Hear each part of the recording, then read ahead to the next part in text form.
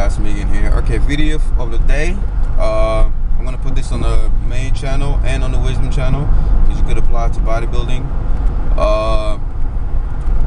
About lack of motivation. I notice a lot of people are struggling with lack of motivation. It's really, I call lack of motivation the slayer of champions, the bane of uncrowned kings. The reason why a lot of people are sleeping kings, uncrowned kings, sleeping lions, because they simply don't have a sense of purpose. They lack that motivation. And I'm always trying to help you guys remember that it's the most important thing. I say inspiration begins the journey, motivation endures the journey, and determination finishes the journey. But you need that motivation. A lot of us get inspired. Bodybuilding, for example, we see Arnold and all these guys. We get inspired, we begin the journey, and after a while we get stuck and we wonder, man, I don't have that motivation. Or you can even apply it to school. A lot of us have like schoolwork to do, and you're like, man, I don't want to read this fucking chapter, it's pointless, I don't want to clean my room, I don't want to do this and do that.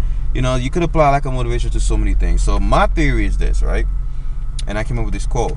I said, lack of motivation is simply the inability to anticipate rewards. I repeat, lack of motivation is simply the inability to anticipate rewards. What do I mean by that? A lot of us focus on the task, right? The means, and we don't really focus on the ends, on the end, the means to the end.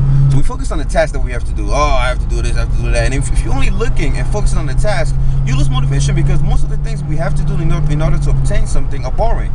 A lot of people don't want to train legs, but they want to have big legs.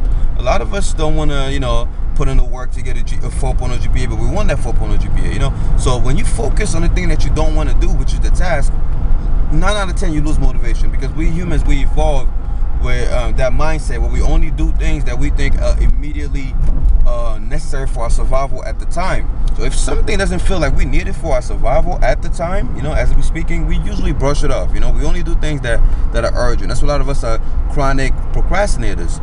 We do things at the last minute because without that pressure, we really don't feel the need to do anything, especially if it's not something that motivates us.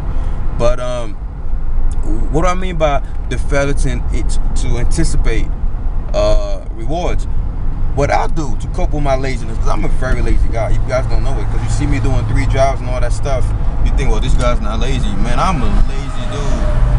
And it's because of these techniques that I've cultivated that I'm able to accomplish so much. Simple as this. If you have to do something, don't look at the task, look at the reward, right?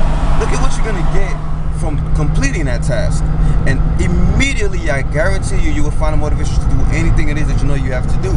For example, if you have to do if I have to do homework, right? You guys know I'm very disciplined. I'm very organized. I have that daily routine where I have my to-do list.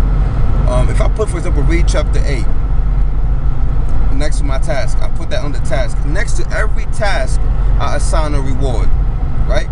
You have to put a reward next to every task. What are you going to get out of doing that task? Yes, it's something that in the back of your mind, but it's very important to bring it from the back of your mind to the front of your mind so you could actually savor the taste of victory. So instead of I will put task, read chapter 8, and I put reward, a 4.0 GPA, an A in sociology class, freedom tonight to play Black Ops. I'll put down at least 7 rewards that I get from doing that one task.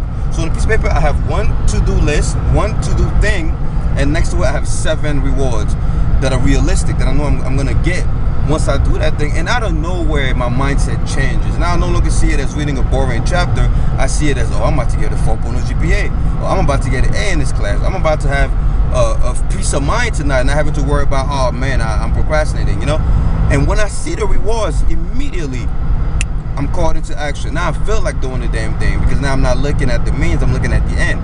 That's the difference between leaders and followers. Leaders don't look at, I always say this is what leadership is. Leadership is simply a conquest. Every king, every military commander that lived, is simply a man that has a goal and resources, and uses those resources to accomplish his goal. That's all it is. A leader, whatever you want to call it, is you have a goal for your nation or your country or whatever, and then you have some resources like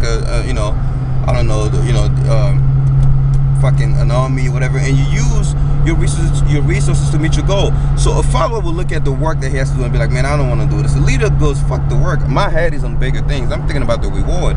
Once we win this battle, we're gonna have the spoils of war. That's how you motivate men to go into battle. You don't tell them about the fight you're gonna fight. You tell them, hey guys, remember, once we win this battle, and I'm speaking in terms of these guys, you know, we're gonna like have all these women and all this booty and all this the goat and the sheep and the gold, the blah blah blah. So they let their soldiers focus on the victory, on what's gonna happen after the win, rather than the fight that's ahead. So you could apply that to life. You know, when you don't want to go to the gym, don't say I'm about to go to the gym and train legs. No. Identify 7 rewards you will get from training legs that day. You're gonna have massive quads. You know, you're gonna be proportionate. You're gonna have a feeling of accomplishment, whatever. Jot it down. And once you look at that, boom, the motivation comes. So that's a very simple technique that is so efficient at accomplishing any goal that you have. You name it. Any goal, any task, even washing fucking dishes. You don't want to wash dishes? Write down 7 benefits of washing dishes at that time. And I guarantee you, you'll find 7. And you find motivation to do it. And I always tell myself, if I can't find 7 rewards of a task, I won't even do that task, because I only do the things that are gonna propel me to the next level. So guys, I'm just trying to make this video short. Follow this advice. You know, always focus on the reward and not just the task. Whatever the task is, just think about what you're gonna get from it.